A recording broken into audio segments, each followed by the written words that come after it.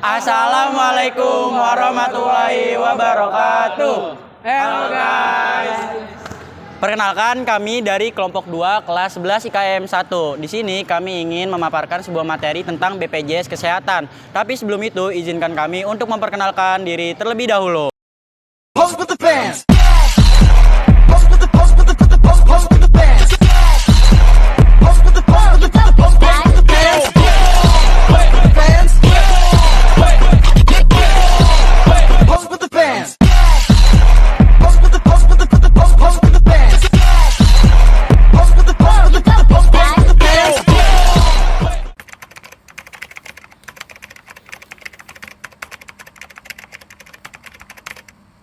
Lima 53 tahun sudah BPJS Kesehatan mengelola jaminan kesehatan di Indonesia. Badan ini telah melalui serangkaian transformasi dalam perjalanan panjang program jaminan sosial di Indonesia.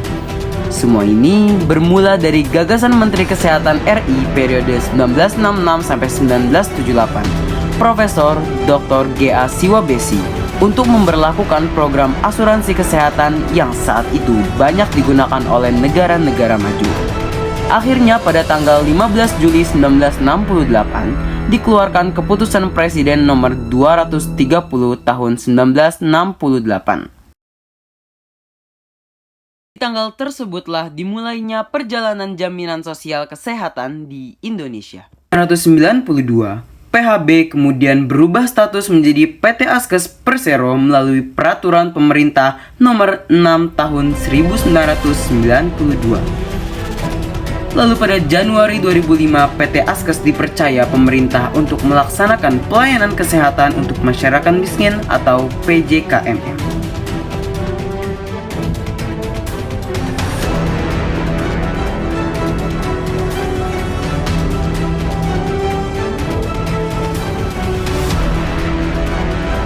Pemerintah menunjuk PT Askes sebagai penyelenggara program jaminan sosial di bidang kesehatan sesuai amanat Undang-Undang Nomor 40 Tahun 2004 dan Undang-Undang Nomor 24 Tahun 2011 tentang Badan Penyelenggaraan Jaminan Sosial. Pada tanggal 1 Januari, PT Askes berubah menjadi BPJS Kesehatan dan sudah mulai beroperasi hingga saat ini. Kesehatan bangsa, BPJS Kesehatan, kita aman dan tenang, siap menyambut asa. Iyo, sambut mentari pagi, program JKN KIS mewujudkan kesehatan Indonesia. BPJS Kesehatan.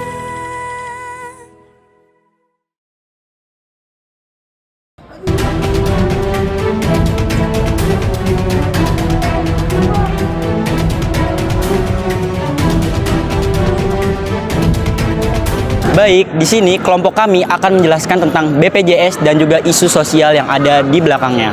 Sebelum itu, saya ingin menjelaskan apa itu BPJS. BPJS merupakan program sosial yang kesehatan yang diadakan oleh pemerintah Indonesia yang nantinya juga menjadi harapan untuk bisa menjadi solusi bagi seluruh rakyat Indonesia.